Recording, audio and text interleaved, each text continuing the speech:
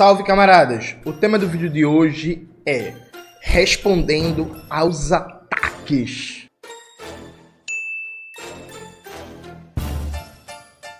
Antes de começar propriamente o tema do vídeo do canal, quero muito agradecer a você que ajuda a manter e melhorar nosso canal a partir do Apoia-se. Seu apoio é fundamental para a gente continuar o nosso trabalho. Note, o camarada, o companheiro Frederico Crepe, fez um vídeo chamado Johnny já é fascista na Austrália. Muito bom o título. E o que é que o vídeo do Fred debatia? Fred viu a minha entrevista no Brasil 247, tão polêmica e falada em entrevista, então há 3 semanas já falando disso.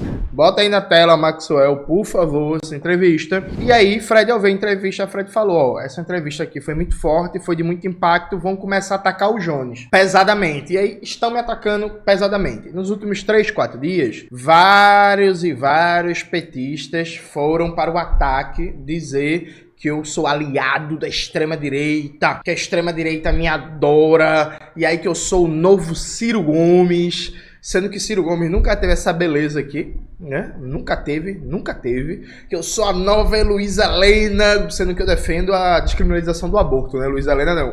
Eu sou a nova Heloísa Helena, não sei o quê. Aí vamos fazer um debate sério. Esses ataques explodiram porque o Eduardo Bolsonaro compartilhou um trecho de um vídeo meu, vou mostrar aqui pra vocês. O Kim Paim há muito tempo é bloqueado das minhas redes.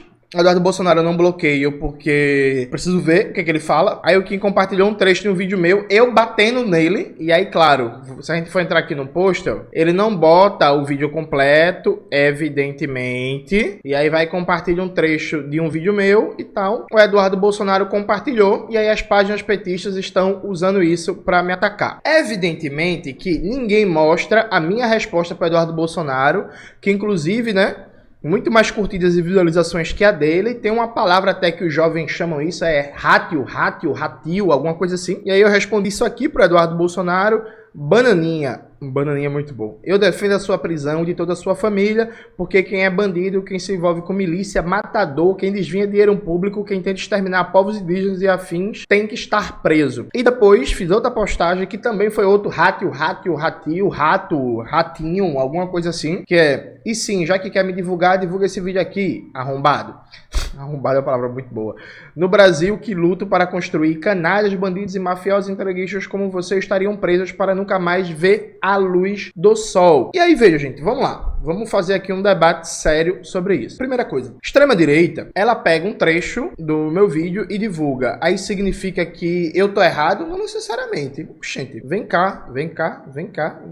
Toda e qualquer fala pode ser usada pela extrema-direita de maneira oportunista. Veja, na minha fala, eu defendi a Previdência Social. A extrema-direita defende a Previdência Social? Não. Eu luto pela revogação da contra-reforma da Previdência do governo Bolsonaro, que o Temer tentou aprovar, não conseguiu, o Bolsonaro aprovou. Que está vigente até hoje, o governo Lula disse que não ia mexer. Quando o ministro Carlos Lupe falou em rever a contra-reforma da Previdência, o Rui Costa foi lá, desautorizou ele em público e falou que o governo não iria mexer nisso não. Bota aí na tela, Maxwell, essa notícia, por favor. Né? No trecho do vídeo que o Eduardo Bolsonaro e o Kim Paim compartilharam, eu falo em defesa dos pisos constitucionais da saúde e da educação. A extrema-direita defende piso da saúde e da educação? Não.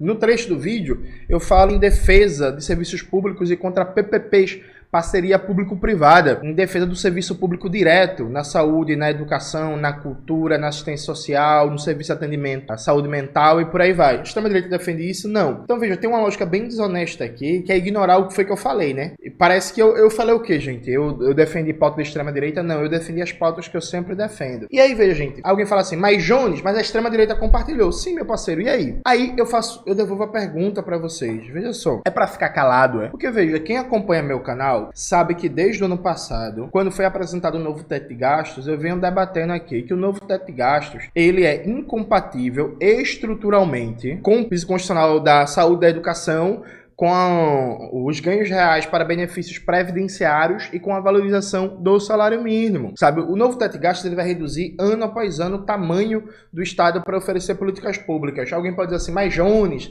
esse Congresso é foda, esse Congresso é uma merda. Veja, gente...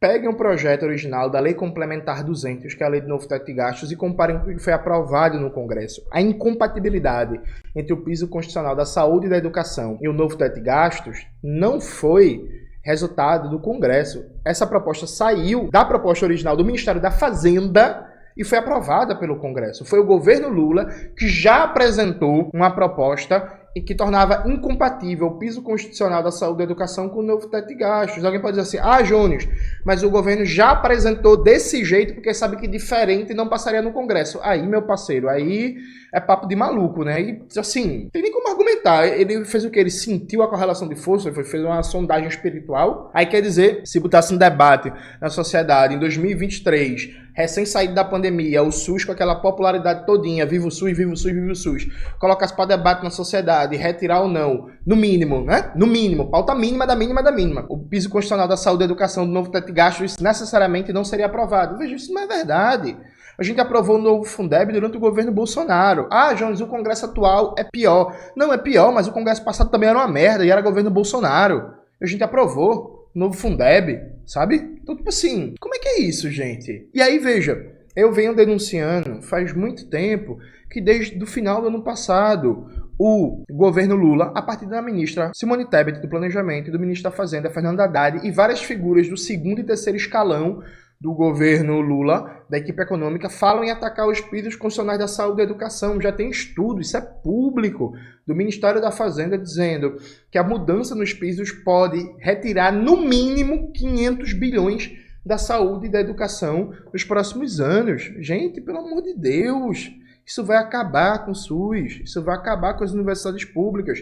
Eu lancei vídeo no canal, a missão do Fernando Haddad é destruir o SUS, em que eu explico como esse ataque aos pisos pode significar destruição do Sistema Único de Saúde. Alguém pode dizer assim, mas Jones, a situação é muito difícil, não sei o que. Não, eu também acho que a situação é difícil. Justamente porque a situação é difícil, a perspectiva de política econômica do governo Lula deveria ser garantir ganhos reais para a classe trabalhadora, para esse governo ter robustez de popularidade e apoio ativo. Mas veja, gente, qual vai ser a consequência para a popularidade do governo? Qual vai ser a consequência para a disputa eleitoral? E se você só pensa em eleição, qual vai ser a consequência para a disputa eleitoral em 2026? Se o governo Lula leva a cabo o ataque ao piso constitucional da saúde e da educação e, por exemplo, congelar as aposentadorias. Aí, nessa hora, alguém vai dizer assim, mas Jones, o presidente Lula já prometeu que não vai atacar o piso constitucional da saúde, da educação, nem as aposentadorias. Vamos lá. Desde o final de 2023, que o governo Lula fala publicamente em mexer nos pisos. E aí, eu já usei esse argumento em outros vídeos do canal. Vem cá, vocês vivem dizendo que não dá pra fazer porra nenhuma por causa do Congresso. Aí nesse Congresso, que supostamente não dá pra fazer porra nenhuma, vocês defendem mexer nos pisos constitucionais da saúde e da educação. Assim, cadê a coerência, gente?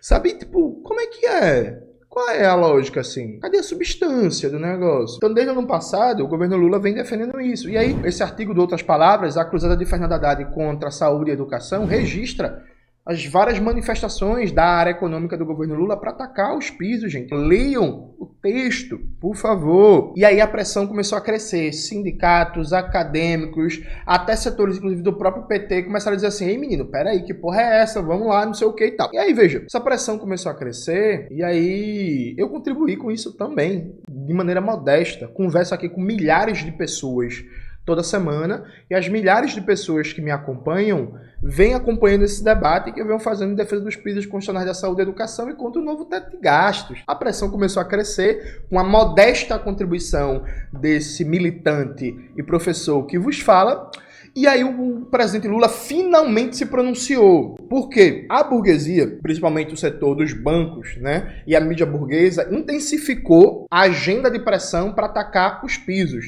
E numa dobradinha ali, né, entre a Febraban, a mídia burguesa e o Fernando Haddad. Aí o Lula, na Itália, dá uma declaração dizendo que não vai mexer no piso da saúde e da educação e nem atacar as aposentadorias. Aí depois, na entrevista para a CBN, o Lula já fala o exato contrário e fala que nenhum corte de gastos está descartado. Aí agora, na entrevista para o UOL, o Lula falou de novo que não pretende atacar o piso constitucional da saúde e da educação, nem as aposentadorias. Veja, importante, é importante. Agora, ao mesmo tempo, porém, contudo, todavia, há duas questões aqui estratégicas. Primeira questão, como eu já expliquei 3.000 vezes no canal, tem uma porrada de vídeos explicando isso. Há uma incompatibilidade estrutural entre o novo teto de gastos, o piso da saúde e educação, ganhos reais para benefícios previdenciários e a política de valorização do salário mínimo. Não dá para conviver por muito tempo. Ou se derruba o novo teto de gastos, ou se modifica o novo teto de gastos,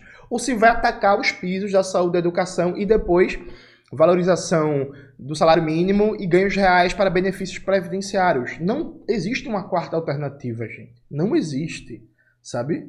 Não existe, é isso. Ao mesmo tempo que o Lula diz que não vai fazer esses cortes, ele não indica qual vai ser o caminho. O que é que o governo Lula vai defender? Ele vai o quê? Ele vai propor modificar o teto de gastos que seu governo aprovou? É um caminho. Ele vai propor o quê? Derrubar o novo teto de gastos? Ele vai propor o quê? Sabe? Não dá para ficar só na promessa. Tem que ter pauta concreta, objetiva, saber o caminho. Porque, inclusive, essa é uma pauta para ser resolvida esse ano, porque esse ano é ano de eleição. Então é mais fácil, por exemplo, se o debate for modificar o novo teto de gastos para tirar o piso constitucional da saúde e da educação do novo teto de gastos, esse ano de eleição, é o melhor ano para fazer pressão nisso, para conseguir aprovar isso na Câmara dos Deputados. Porque todo deputado vai pensar 2 ou 3 vezes antes de ficar marcado como deputado que apoia a cortada da saúde e da educação em ano de eleição, gente. E aí, veja, eu já falei várias vezes aqui no canal, e aí eu acho engraçado, né, gente? Porque essas mídias progressistas, petistas, que foram me atacar, esse povo é um leão para atacar João Manuel. Mas você viu essa gente divulgar o projeto apresentado pela deputada Sâmia Bonfim, a Fernanda Melchiona e o Glauber Braga para tirar o piso constitucional da saúde e da educação do novo teto de gastos? Bota aí, Maxwell, a matéria da Carta Capital, por favor. Gente, já foi apresentada alternativa ao governo Lula. A deputada Sâmia foi lá, juntou com o Glauber Braga, com a Fernanda Melchiona, e apresentou um projeto de lei para tirar o piso constitucional da saúde e da educação do novo teto de gastos. O governo Lula não apoia esse projeto. Você não vê ninguém da mídia progressista apoiando esse projeto. Esse povo aí que está me atacando, você não vê ninguém falando desse projeto. É provável, inclusive, que você só tenha visto isso a partir do meu canal ou nas redes dos próprios deputados e deputadas que apresentaram o projeto. É verdade ou é mentira, sabe? Aí tem a segunda questão estratégica, que é o Fernando Haddad e a Simone Tebet já estão trabalhando numa malícia. Qual é a malícia? Eles falam, ao invés de atacar diretamente o piso constitucional da saúde e educação, falam em aprovar uma DRU. O que é uma DRU? Desvinculação de receitas da União. Então, quando você aprova o orçamento, vai estar lá o recurso para a saúde e para a educação. Só que a DRU permite você deslocar. Então, se na peça orçamentária aprovada pelo Congresso está dizendo, vamos imaginar um número fechado para a gente só fazer uma conta. Vamos imaginar que a saúde em 2025 vai ter 100 milhões. A DRU permite tirar 70% desse recurso que está no orçamento destinado à saúde e gastar em outras coisas. Gastar com o quê? Juros e serviços da dívida pública fundamentalmente, mas não só. Então, o governo Lula agora está trabalhando na ideia de uma DRU, que é no papel, no orçamento, o piso constitucional da saúde e educação não vai ser atacado, mas na hora da execução orçamentária, saúde e educação vão perder bilhões em recursos. Se a proposta do governo Lula, a partir do Fernando Haddad, tivesse sido aprovada para esse ano, por exemplo, saúde perderia 24 bilhões de orçamento. Aí vem cá, tá boa a saúde no Brasil, é? A situação do SUS tá bom, é? Para ele perder 24 bilhões, as universidades públicas também, é? Os institutos federais também, é? As escolas, que são responsabilidades dos estados e municípios, mas que dependem também de transferências da União, elas também, é? Para perder bilhões, é? Peraí, gente. Sabe? E aí, eu pergunto a vocês, qual é a tática, então? É pra falar disso não, é? Ah, não, João, mas se tu falar que o governo Lula, a partir do ministro Fernando Haddad, tá querendo tirar dinheiro da saúde, que vai lascar o SUS, tá querendo tirar dinheiro da educação, que vai prejudicar as universidades públicas, as escolas, os institutos federais, a extrema-direita pode usar esse corte. Porra, talvez sim. Mas e aí? Qual é a resposta? É pra ficar em silêncio? Ah, não, mas tem que fazer crítica interna. Quem aqui é militante? Já foi recebido por esse governo Lula? Sabe como é que funciona? Porque assim, eu conheço vários militantes, várias organizações que tiveram reunião esse ano com o governo. Tem uma entrevista do João Pedro Stedley, por exemplo, dirigente do MST, histórico figura da esquerda brasileira, um dos maiores líderes da esquerda brasileira vivo. Tá o João Pedro Stedley dizendo, na entrevista pro Opera Mundi, que fez uma reunião com o Fernando Haddad. Eu já contei essa história, inclusive, no canal também várias vezes, porque em 2023, o imposto da agroindústria arrecada 2 bilhões por ano. E pela lei, esse imposto é para ir diretamente pro caixa do INCRA. E o Ministério da Fazenda não estava destinando esse imposto para o caixa do INCRA. O imposto estava indo para outros gastos e o INCRA sem orçamento. Aí o governo recebeu a cobrança do MST, pelo menos até o final do ano passado e começo desse ano, o governo tinha cumprido a lei. Veja, nem depende do Congresso de porra nenhuma não, é de cumprir a lei. Já está na lei, já está aprovado. O imposto da agroindústria, o arrecadado, vai diretamente para o caixa do INCRA. Ano passado o INCRA não tinha recurso nem para pagar as viagens de avião comercial da galera que trabalha no INCRA, gente. É para cobrar não, é para ficar calado. Aí eu jogo para vocês, veja. Se o governo não tivesse atacando, porque veja, é o governo Lula, gente. Ministro Haddad, a ministra Simone Tebet recebem ordens do Lula. Não venha com esse negócio pro meu lado de que o Haddad fala isso, mas o Lula não sabe. Porra, gente, o Lula sabe, gente. O Lula é o líder do governo, é o Lula que é o presidente. É o Lula que poderia, desde sempre, não precisava nem ir a público não. O Lula poderia chegar para Haddad e dizer assim, Haddad, a gente não vai atacar a saúde e a educação. E eu quero que você dê um jeito. Alguém pode dizer assim, mas Jones, o Haddad tá tentando aumentar a arrecadação. Isso é mentira, gente. Aumentar a arrecadação, inclusive, piora a incompatibilidade do piso constitucional da saúde e educação com o novo teto de gastos. Como assim, Jones? Gente, eu já expliquei isso no meu vídeo. Lula vai demitir Fernando Haddad, coloca aí na tela, Maxwell. Eu não vou repetir a explicação porque esse vídeo já tá com quase 20 minutos nesse momento. Mas assim, não é verdade que aumentar a arrecadação resolveria a questão. Pelo contrário, aumentar a arrecadação aumentaria a contradição entre o novo teto de gastos e o piso constitucional da saúde e educação. Podem ver que quando o Carlos Lupe falou em rever a contra-reforma da Previdência, o governo Lula, a partir do Rui Costa, mandou ele calar a boca e ele nunca mais falou do tema, sabe? Então, assim, aí funciona. Quando o Márcio França estava falando de baratear as passagens aéreas, o presidente deu um pito nele público na reunião dos ministros, que foi gravada e tal, divulgada para todo mundo, e falou que os ministros têm que parar de ter ideia genial e falar delas em público sem se comunicar antes com o Ministério da Casa Civil e com a presidência. Então tem reunião, matéria, fala do próprio Lula dizendo que ministro nenhum decide nada e fala em público sem passar pela Casa Civil e pela presidência, gente. Então Lula sabe. E aí, se agora o Lula foi a público, foi inclusive para acalmar as críticas e as tensões, inclusive ano da eleição municipal. Só que a gente tem que cobrar além. E aí sim, gente, se o governo continuar nessa linha, pode ser que a extrema-direita surfe nisso. E aí, veja, o que é que vocês querem? É pra gente sacrificar 20 milhões de aposentados e aposentadas do Brasil inteiro, ficar calado na ideia de agradar os bancos. E aí o governo agrada, faz tudo que os bancos querem. Essa ideia de combate ao fascismo para vocês é agradar cada vez mais os bancos, o capital financeiro, o agronegócio, a burguesia, porque aí os bancos, o capital financeiro, o agronegócio, a burguesia vão apoiar a reeleição de Lula ou de quem ele indicar em 2026. Isso para vocês é combate ao fascismo, em nome de atacar serviços públicos, em nome de destruir o SUS, a educação pública, de atacar as aposentadorias, de fazer PPP, parceria público-privada em todo canto. Aí tá um bocado de gente na tragédia do Rio Grande do Sul debatendo a questão do aeroporto Salgado Filho e da PPP lá, que a empresa privada quer ir embora e tem um bocado de irregularidade. Beleza, gente, é um absurdo. Só que veja, o que a gente tá vendo no aeroporto tá acontecendo no Brasil todo, porque tem PPP, parceria público-privada em todo canto, com dinheiro do BNDES, gente.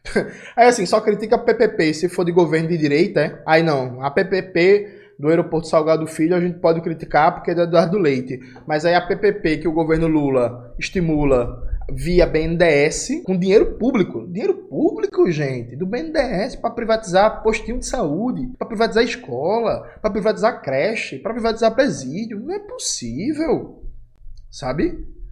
É isso mesmo? Então veja, gente, tem várias pessoas que estão dançando na boca do abismo. Tem um episódio que ninguém lembra mais, mas que foi um dos maiores perigos que a gente viveu nos últimos anos. No final de 2021, o Bolsonaro, junto com o Braga Neto, estava falando na ideia de um grande programa de geração de emprego a partir da reativação de obras paradas. Até então, o Brasil estava com mais de 14 mil obras paradas. Várias dessas obras hoje perderam sentido, funcionalidade, tem que refazer projeto, refazer licitação, mas tem muitos que é só injetar dinheiro e ela voltar a ser reativada. Algumas, inclusive, o governo Lula já reativou. O que é que estava em jogo, em debate? O Braga Neto, naquele momento, estava defendendo que pegasse as obras, que o projeto, a licitação, estava tudo certo, só precisava voltar e injetar dinheiro, reativar essas obras, gerar emprego rápido a partir da construção civil, e aí conectado com os auxílios eleitoreiros que o Bolsonaro quis fazer na boca da eleição, isso teria um boom na geração de emprego. As expectativas na época do governo Bolsonaro era que, para além da geração média corrente de emprego por ano, isso geraria 1 milhão a mais de emprego em 2021 para 2022. Felizmente pra gente, o Paulo Guedes fez uma pressão muito grande dentro daquela lógica fiscalista, né? Porque não pode, isso é uma política intervencionista, isso é política desenvolvimentista e tal. O Bolsonaro desistiu dessa política e ficou só com a política eleitoreira dos auxílios, né? Do aumento do auxílio emergencial, chamado na época do Auxílio Brasil, auxílio para caminhoneiro, auxílio para taxista, auxílio de não sei o quê. Mas veja, se o Bolsonaro tivesse caminhado com aquele programa, e aí reativação de obras públicas, geração de emprego em massa na construção civil, mais aquecimento do mercado interno, do comércio e dos serviços a partir dos auxílios, o Bolsonaro tinha ganhado a eleição, gente. Assim, o Bolsonaro tinha ganhado a eleição. Ele fez uma escolha burra que foi para não milindrar apoio do capital financeiro, da mal chamada Faria Lima, dos fundos de investimento internacional e tal, ele foi e recuou de aumentar o gasto público direto na geração de emprego, reativando obras públicas e ficou só com os auxílios eleitoreiros, né? Porque isso milindra um pouco menos o capital financeiro e os bancos. Mas o Bolsonaro tinha ganhado a eleição, gente. A eleição de 2022 foi muito mais o Bolsonaro que perdeu do que o Lula que ganhou, viu? Vamos lembrar de novo outro fato importante que parece que muita gente já esqueceu. Vários setores da burguesia, da classe média, liberais, jornalistas, não sei o quê, só abandonaram o Bolsonaro por causa do comportamento na pandemia. Estavam firme e forte com o governo Bolsonaro até março de 2020. Se o Bolsonaro não tivesse sido um imbecil completo durante a pandemia, ou se em algum momento da pandemia ele tivesse mudado de rota, não tivesse adotado aquela postura 100% negacionista, a frente que estava em torno do Bolsonaro não teria se rompido não, e vários dos liberais de não sei o que apoiaram Lula não teriam apoiado. Vocês esqueceram disso? E aí o que foi que aconteceu? O Bolsonaro perdeu os direitos políticos. Então, agora há uma expectativa que tenha um líder da extrema-direita que não tenha a burrice e a disfuncionalidade de Bolsonaro, um Tarcísio de Freitas, um Ratinho Júnior, um Ronaldo Caiado, qualquer coisa dessa. Veja, eu já falei isso em outro vídeo do canal, a gente tem que torcer, tem que rezar muito para que o Bolsonaro empurre como candidato a Michele Bolsonaro ou algum dos filhos dele, porque isso afasta vários setores da classe dominante, da classe média, não sei o que, da candidatura de extrema-direita. Mas se um candidato for um Ronaldo Caiado ou Tarcísio de Freitas, a gente tá fudido. Vocês não sabem disso não, aí você fica dançando no abismo, querendo fazer política de austeridade que não traz popularidade para o governo Lula, que só desgasta o governo Lula, que só faz com que esse governo fique entrando em contradição com sua própria base que ajudou a eleger. O governo está há meses brigando com o funcionalismo público da área da proteção ambiental, com o IBAMA, com o ICMBio. O governo acabou de humilhar, debochar da greve da educação superior federal. Zero reajuste em 2024. Ah, Júnior, mas o governo prometeu que em 2025, 2026 vai ter reajuste. Meu parceiro, com o novo teto de gastos, não é possível fazer essa promessa. Porque se não cumprir as metas, o governo é punido, fica proibido pela força da lei de dar aumento. E o grau de capacidade de gasto público para 2025, 2026 vai depender da arrecadação. Então não tem nada garantido, sabe? E é isso mesmo. Aí quer dizer que frente a uma extrema-direita que não está se enfraquecendo, a resposta é um programa econômico neoliberal e se não der certo a culpa é minha, é? É isso mesmo. É isso mesmo. Então assim, a resposta para combater a extrema-direita é adotar um programa cada vez mais neoliberal, fazendo ataques que nem FHC, nem Collor teve coragem ou capacidade ou correlação de forças para fazer. E não pode criticar não. E são coisas que não partiram do Congresso, gente. Quem abriu, entre aspas, o debate sobre congelar a aposentadoria no Brasil foi o Fernando Haddad. Ele foi a primeira pessoa virginiana de eleição. Aí, vocês podem me xingar, vocês podem me atacar. Tudo certo, gente. Eu tenho costas largas, literalmente. Eu tenho costas largas. Eu não sou sensível e eu tô aqui para dar porrada, para levar porrada de volta, mas eu não vou me calar, não. E aí, eu peço para você que tem honestidade, para você que tem bom senso, para você que não é gado de político A ou B, que você faça 2 exercícios. Vamos lá. Exercício número 1. Se fosse qualquer outro presidente da República, imagine que o presidente da República fosse o Bolsonaro de novo, fosse o Ciro Gomes, fosse a Simone Tebet, fosse a Soraya Tronic, Padre Kelman, qualquer pessoa que, por exemplo, defendesse atacar o piso constitucional de saúde e da educação, que tem como resultado tirar até 500 bilhões, no mínimo, nos próximos 9 anos, qual seria a sua postura? Qual seria a sua reação? Você não iria criticar, não? Iria que eu sei. Iria que eu sei, porque eu vi gente, Tarcísio falou em fazer uma PPP na Fundação Casa. Aí um bocado de gente que passou o ano inteiro, 2023, calado sobre a privatização do presídio, financiado pelo BNDES do governo Lula, começou a criticar o Tarcísio. Não, e tá certo, tem que bater mesmo no Tarcísio, que é um sociopata assassino. Mas assim, só critica a privatização do Tarcísio? Aí vem o segundo exercício. Vem cá.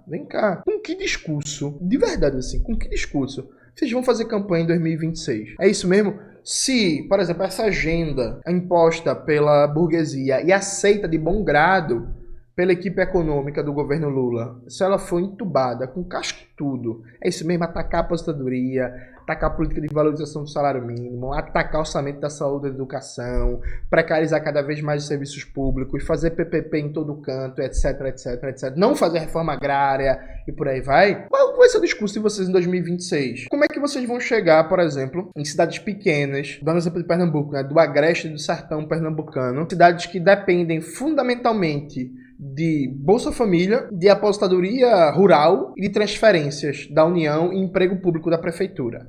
A economia da cidade, esses municípios pequenininhos de 15 mil, 20 mil, 5 mil, 30 mil habitantes. Como é que vocês vão chegar numa cidade dessa e vão pedir voto para Lula, para o candidato dele, ou seja lá quem, em 2026? Aí vocês acham o quê, por exemplo? Que a extrema-direita ela não vai usar isso, não? Eles podem tudinho votar a favor. E eu, inclusive, não tenho dúvida que a maioria, por exemplo, se o governo Lula realmente propõe isso numa PEC, eles vão votar a favor. Mas depois eles vão dizer na eleição que o governo Lula atacou a aposentadoria dos idosos. E a gente vai fazer o quê? Pra mentir pro povo, é? Pra dizer atacou não. A culpa é do Congresso. Peraí, gente. É a mesma coisa agora o debate da taxa das blusinhas. Aí o Lula dizendo assim, eu mesmo sou contra, mas eu sancionei. Não, pô, tu é contra. Diz que é contra, porra. O Congresso vai derrubar o veto. Perfeito. A bronca fica pro Congresso. Joga pro Congresso, o Congresso que se resolva com o povo. E ainda diria mais, iria pra mídia, iria público e dizer assim, eu sou contra, eu vou derrubar isso, eu vou vetar, e se o Congresso derrubar, é com o Congresso. Não reclame comigo, reclame com o Congresso, sabe? Vocês querem que eu minta pro povo, é? Aí se o governo continuar nessa toada, atacar o piso constitucional da saúde e da educação, ou então aprovar um ADRU, pra tirar recursos da saúde e da educação, é pra eu fazer o quê? Pra eu ficar calado, é? É isso, gente? Não, assim, eu quero entender. Aí quer dizer que se eu defender saúde e educação, eu tô igual a Luiz Helena, né? Eu tô igual o Ciro Gomes, né? Eu sou ressentido, eu sou fascista, né? Por defender saúde e educação, por ser contra a austeridade. O ministro Silva Almeida passou 7 anos dizendo que a austeridade é uma política racista. Por quê? Porque ela atinge principalmente a população negra, que é, via de regra, o setor mais pobre, mais precarizado da classe trabalhadora. Eu concordo com o ministro Silvio, eu continuo achando que a austeridade é racista. Não é pra eu lutar contra a austeridade, não, é. É pra eu apoiar o novo teto de gasto. Ah, não, Júlio, mas a correlação de forças é muito difícil. Beleza, eu também acho. Justamente por causa disso, eu não aceito de jeito nenhum ataque ao povo trabalhador. Ou não. Aí quer dizer que a correlação de forças é difícil. Aí a gente vai melhorar a correlação de forças como? Atacando os direitos da classe trabalhadora, piorando as condições de vida da classe trabalhadora. É isso, gente. De verdade, aí eu vou ter que fazer uma ironia. Alguém me explique como é que, logicamente, se combate a extrema-direita e se fortalece o dito campo progressista, ameaçando destroçar o piso da saúde e da educação. Qual é a lógica? Como é que é? Aí alguém vai dizer assim, mas Jones, Arthur Lira, os militares e o Congresso e tal, não sei o que. Perfeito. Diga um exemplo de um projeto em prol da classe trabalhadora que o governo Lula propôs e não foi aprovado. Eu vou dizer para vocês, para não dizer que não teve nenhuma. O governo Lula, no começo do governo, em 2023, tentou fazer modificações no marco legal do saneamento. Foi uma medida interessante em defesa da ação pública no saneamento básico. O Congresso foi lá e derrubou. Beleza, o Congresso derrubou uma merda. Só que o BNDES é o banco público com maior capacidade de financiamento e o BNDES poderia, por exemplo, fortalecer muito as empresas públicas existentes que não foram privatizadas e destinar recursos para essas empresas públicas para fortalecer a ação pública no setor do saneamento básico. Sabe o que o BNDES está fazendo, gente? Está negando crédito para empresas públicas e destinando crédito na área do saneamento básico, principalmente para empresas privadas. Não acreditem em mim. Leiam o documento que foi publicado em outras palavras, que é Águas do Brasil, Carta ao Presidente Lula. Esse documento está assinado por mais de 200 entidades, inclusive a CUT, que é a Central Sindical do PT, e a CTB, que é a Central Sindical do PCdoB. A CUT e a CTB são fascistas, né? É os caras dizendo assim, porra, presidente, seu governo, a partir do BNDES, está com a mesma política do governo Temer, que é destinar crédito principalmente para as empresas privadas. Então, beleza, sofreu uma derrota no Congresso, mas por que não usa o BNDES? Ah, Jones, porque Arthur Lira é foda. Não, pô, o BNDES não passa por Arthur Lira pelo Congresso, não, pô. É a decisão da presidência. Como é que é, gente? Sabe? Então, assim, eu estou convencido que a gente, enquanto comunista, tem obrigação de combater o programa neoliberal, seja de onde vier, meu parceiro. Eu gostaria muito, por exemplo, eu não gosto de debater na economia na frequência que eu estou debatendo, não. Eu gostaria de estar debatendo outras coisas. Por exemplo, eu estou lendo vários livros muito interessantes sobre a história da sociologia no Brasil. Eu queria estar debatendo isso, mas como é que consegue debater isso se tem uma ameaça constante o SUS, por exemplo? Eu uso o SUS, porra. A pergunta que eu deixo pra você é pra fazer o quê? É pra ficar calado, é? É pra ficar passando pano, é? Não, gente, eu não tô dentro da polarização eleitoral entre bolsonaristas e lulistas, não. Eu quero formar um campo radical, revolucionário da classe trabalhadora que seja radicalmente anti-neoliberal. E aí, gostaria muito de estar nas ruas, já dei esse exemplo no canal. Se o presidente Lula estivesse tocando uma campanha, por exemplo, para reestatizar as refinarias privatizadas da Petrobras, para rever a contra-reforma trabalhista ou para derrubar o novo ensino médio, eu estaria nas ruas e nas redes apoiando essa medida do governo. Mas cadê a medida de esquerda para a gente apoiar? Cadê? Ah, não, Júnior, mas não passa. Porra, não passa, é? Então é melhor morrer, porra. É isso mesmo? Não dá pra passar nada, não dá pra ganhar nada, não dá pra brigar nada. Tipo assim, vamos tentar, porra, vamos pro pau. Quem disse que não passa? Passa, não depende só do número de deputados e senadores, não, porque a gente nunca teve maioria no Congresso. Vamos lá? Então assim, você quer me atacar? Fique à vontade. Eu só quero fazer um pedido. Para cada ataque que você fizer contra mim, é isso. Vamos malhar o Judas. O Judas Negão. O Judas Negão. Tem uma música da Lady Gaga, né? Que é Judas, eu acho que é o nome. Acho que é. Pronto, vamos malhar o Judas Jones. Não? Bota aí, Max, a música da Lady Gaga aí. Não bota não, isso vai derrubar, porra. Isso vai derrubar o vídeo, o YouTube é foda.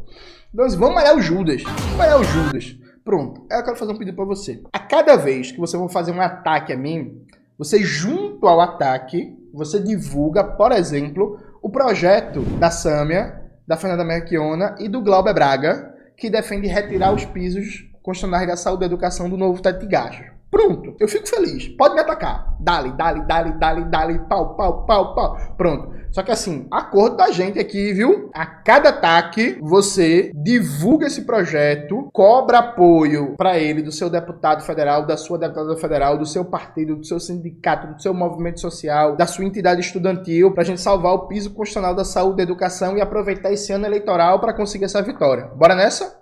Acordo fechado? Pronto. Eu só peço isso. Nem tô pedindo muito, né? É isso, galera. Espero que vocês tenham gostado do vídeo de hoje do canal. Não se esqueça que a gente tem um grupo de Zap Zap, uma lista de transmissão no Zap Zap, onde a gente divulga todo o conteúdo que produz, que recomenda, que lê. Então entra lá, tá aparecendo aqui o QR Code na tela.